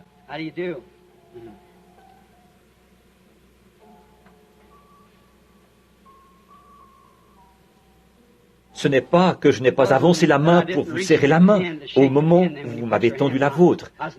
C'est que je remarquais quelque chose. C'était une ombre très sombre et noire. C'est pour ça. Je sais que si je vous avais pris la main, je l'aurais trouvé par ce moyen, voyez-vous. Mais c'est un cancer. Vous croyez que Dieu peut l'ôter de là? Il est sur votre poitrine, du côté gauche. Vous voulez rentrer en Caroline et rendre gloire au Seigneur de vous avoir rétabli, n'est-ce pas? Vous voyez ce que je veux dire? Prions. Dieu bien-aimé, au nom de Jésus-Christ, celui qui est présent en ce moment, comme les enfants mangent le pain de Dieu, que cet enfant, lui aussi, bénéficie de la foi, du pain de Dieu qu'il lui donne maintenant pour sa guérison. Qu'il reparte et soit rétabli au nom de Jésus. Amen. Que Dieu vous bénisse, frères. Croyez de tout votre cœur.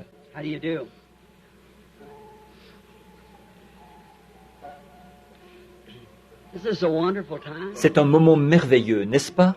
C'est comme si les gens étaient saisis d'un grand sentiment de révérence. Ou c'est comme si peut-être, à mes oreilles, c'est comme quelque chose qui fait un bruit comme ça, voyez-vous? C'est le pain des enfants, voyez? C'est à vous, c'est pour vous. Ce n'est pas pour moi, c'est pour vous. Je suis très reconnaissante de ce qu'en ce moment je suis en bonne santé à ma connaissance. Mais c'est du pain pour moi aussi quand j'en ai besoin. C'est du pain pour vous C'est un encouragement. Même pour vous qui n'êtes pas malade, ça fait tout simplement monter notre cœur vers Dieu. C'est exactement la saison pour ceci. C'est ce qu'il a dit qu'il ferait. Et ce qui arriva du temps de Sodome arrivera de même à la venue du Fils de l'homme, quand le Fils de l'homme sera révélé. Voyez? Et voici, je vous envoie Élie le prophète, avant le jour de l'Éternel, ce jour grand et redoutable. Il ramènera le cœur des gens au Père. Voyez? Voyez? Et alors les justes fouleront les méchants, leurs cendres. Ceux-ci brûleront comme une fournaise. Voyez-vous, la terre brûlera. Nous le voyons.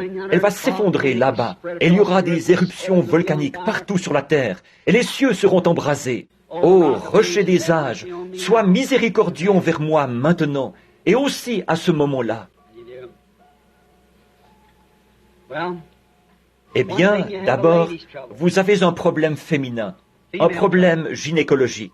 Vous avez autre chose. Vous êtes nerveuse, précisément à l'âge où on devient plus nerveux. Des complications de toutes sortes. Mais aussi, vous avez un désir, c'est de recevoir le Saint-Esprit. C'est vrai, c'est ça. Est-ce que vous croyez est-ce que vous avez tout confessé? Vous croyez que si je vous impose les mains et que je demande à Dieu de le faire, le Saint-Esprit viendra? Vous croyez ça? Prions. Dieu bien-aimé, j'impose les mains à cette femme selon la manière apostolique et je demande qu'elle reçoive le baptême du Saint-Esprit. Au nom de Jésus-Christ, puisse-t-elle le recevoir. Amen. N'en doutez pas. Ça vous appartient, voyez-vous, c'est à vous. C'est le pain des enfants. Vous vous êtes senti toute drôle quand j'ai dit problème gynécologique, n'est-ce pas? Parce que c'est ça que vous aviez, vous aussi. Maintenant, vous croyez que tout ira bien, là? Repartez, en remerciant simplement le Seigneur. Est-ce que vous croyez de tout votre cœur? Vous croyez que vous allez pouvoir manger comme vous le faisiez il y a longtemps? Très bien. Repartez en disant « Merci Seigneur, je le crois ». La présence du Seigneur. Vous croyez que ce mal de dos va partir et que vous allez vous rétablir? Eh bien, repartez simplement en disant « Merci Dieu bien-aimé » et Dieu l'accordera. Vous croyez que vous pouvez vous rétablir, que le Seigneur vous rétablira, que vous n'aurez plus d'arthrite, que vous allez vous rétablir, être en bonne santé? Vous croyez ça? Repartez en le remerciant. Dites « Seigneur, je l'accepte de tout mon cœur et je le crois. » Vous, dans l'auditoire, qu'est-ce que vous croyez à ce sujet? Vous, juste ici, posez votre main sur cette femme, assise juste à côté de vous, là. Dites-lui que les varices et l'arthrite vont partir. Quand elle, que Dieu vous bénisse. Vous croyez que vous allez vous rétablir maintenant? Rentrez chez vous et soyez rétablis. Que Dieu vous bénisse. Poursuivez votre chemin et dites « Merci Seigneur Jésus ». Vous croyez que ce problème gynécologique va partir, dans votre cas aussi, et que vous allez vous rétablir? Repartez en disant « Merci Seigneur ». Bonjour. Tiens, je connais votre nom. Autrefois, à l'époque où j'étais pasteur de l'église baptiste, Totten, sœur Della Totten. Vous souffrez de maux de dos maintenant. Tout ira bien. Vous croyez qu'il va vous rétablir? Vous vous souvenez de ce qui est arrivé là-bas, à l'église baptiste de Milltown, il y a des années? Il est toujours le même Dieu aujourd'hui. Que Dieu vous bénisse, ma sœur. George Wright, où es-tu? Tu te souviens? Oh, que... Croyez-vous que si je ne fais que vous imposer les mains avec cette onction, croyez-vous que vous vous rétablirez? Venez. Au nom de Jésus-Christ, puisse-t-elle être guérie. Amen. Ayez la foi. Eh bien, est-ce que tous, vous croyez de tout votre cœur? Oh, comme ça réveille de vieux souvenirs de voir cette dame. Son nom m'échappe encore, mais Totten, c'est exact. Oh oui, sa fille, c'était Birdie. C'est exact. C'est tout à fait exact. N'allez pas penser que je divague. C'est juste que je suis un peu, vous savez, c'est un peu... Je ne peux pas l'expliquer. Mais votre mal de dos est parti, madame. Repartez, louez le Seigneur, dites « Merci Seigneur ». Vous croyez que votre maladie de cœur, ça va s'arranger, vous aussi? Repartez simplement, en vous réjouissant, dites « Merci Seigneur Jésus » et croyez-y. Très bien. Ayez la foi, là. Ne doutez pas. Venez, madame. Est-ce que vous croyez de tout votre cœur? Vous avez beaucoup de choses qui ne vont pas. Vous aussi, vous avez mal au dos. Vous croyez que Dieu va vous rétablir? Très bien. Repartez simplement en vous réjouissant. C'est lui qui fait que vous vous sentez comme ça. Remerciez le Seigneur. Que Dieu vous bénisse, sœur. Salut, fiston. Vous croyez que Dieu va guérir la nervosité de cet enfant et le rétablir? Vous le croyez? Très bien. Salut, mon petit ami. Laisse-moi te serrer la main. Dieu bien-aimé, délivre ce petit garçon de cette vilaine chose et puisse-t-il vivre et être normal. Au nom de Jésus. Amen. Que Dieu vous bénisse, frère. Vous le croyez, n'est-ce pas? Ça va s'arranger. Ne doutez pas du tout. Vous êtes bien jeune pour être cardiaque. Vous croyez que Dieu vous rétablira? Repartez en disant « Merci Seigneur de m'avoir guéri ». Vous croyez que Dieu va guérir ces problèmes d'estomac et vous rétablir? Allez votre chemin. Réjouissez-vous et dites « Merci Seigneur ». Il est encore Dieu, n'est-ce pas? Tout ce que vous avez à faire, c'est croire. Simplement. Pas vrai? Est-ce que vous croyez au Fils de l'homme dans les derniers jours? Il s'est passé quelque chose ici, il y a quelques minutes, et je n'arrive pas à... Je cherche à voir où c'était. Quelqu'un a eu la foi et a fait quelque chose. Ou peut-être que je les retrouverai dimanche prochain, ou quand je le pourrai. Est-ce que vous... Voilà, c'est encore là. Vous avez la main levée. Est-ce que vous croyez que Dieu peut guérir cette maladie de cœur? Vous rétablir? Guérir votre fille là-bas qui a... Vous le croyez? Madame Neff, vous croyez que Dieu... Léo Neff. Je ne vous connais pas, mais c'est bien votre nom. Vous souffrez du cœur, et votre petite fille a des problèmes avec ses reins. Vous croyez qu'elle va se rétablir? Votre foi vous guérit. Croyez de tout votre cœur. Vous qui êtes là, où il y a le baptistère, qui êtes là et qui avez des problèmes d'estomac, Jésus-Christ vous rétablit. Vous croyez? Il est le même hier, aujourd'hui, éternellement. Imposons-nous les mains les uns aux autres maintenant. Oh, pensez à l'heure où nous sommes.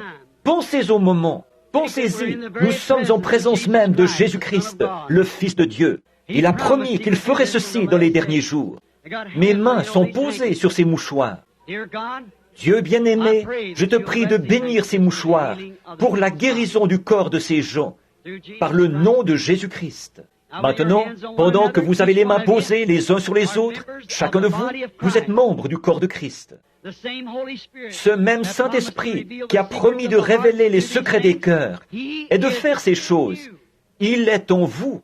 Vous êtes une partie de lui et il est une partie de vous.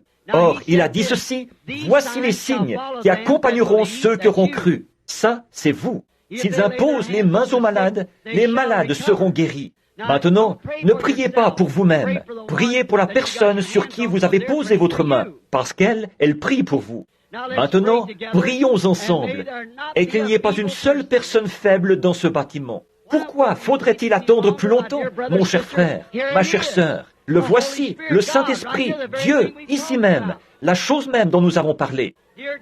Cher Jésus, nous reconnaissons ta présence. Tu as rendu la vie à ce petit bébé l'autre jour, après qu'il était mort, par la prière de la foi. Dieu bien-aimé, il y a beaucoup de gens dont nous n'avons pas pu nous occuper. Le temps avance, mais ils ont posé leurs mains les uns sur les autres. Ce sont des croyants. Nous sommes assis en présence du Seigneur Jésus-Christ, qui est ressuscité des morts, le même hier, aujourd'hui, éternellement. Satan, tu es vaincu. Jésus-Christ t'a vaincu. Il est ressuscité des morts. Et il est au milieu de nous ce soir, en train de confirmer ce message des derniers jours. Sors de ces gens. Laisse-les au nom de Jésus-Christ. En mon nom, ils chasseront les démons. Et tu es chassé. Au nom de Jésus-Christ, quitte cette assemblée. Tous ceux d'entre vous qui acceptent maintenant leur guérison, levez-vous. Tous ceux qui acceptent la guérison, levez-vous. Levez vos mains maintenant et donnez-lui la louange. J'accepte maintenant ma guérison. Dites ça à Dieu. J'accepte maintenant ma guérison. Tu es le même hier, aujourd'hui et éternellement, ô Christ. Je crois maintenant en toi. Viens au secours de mon incrédulité. Amen. I will praise him. I will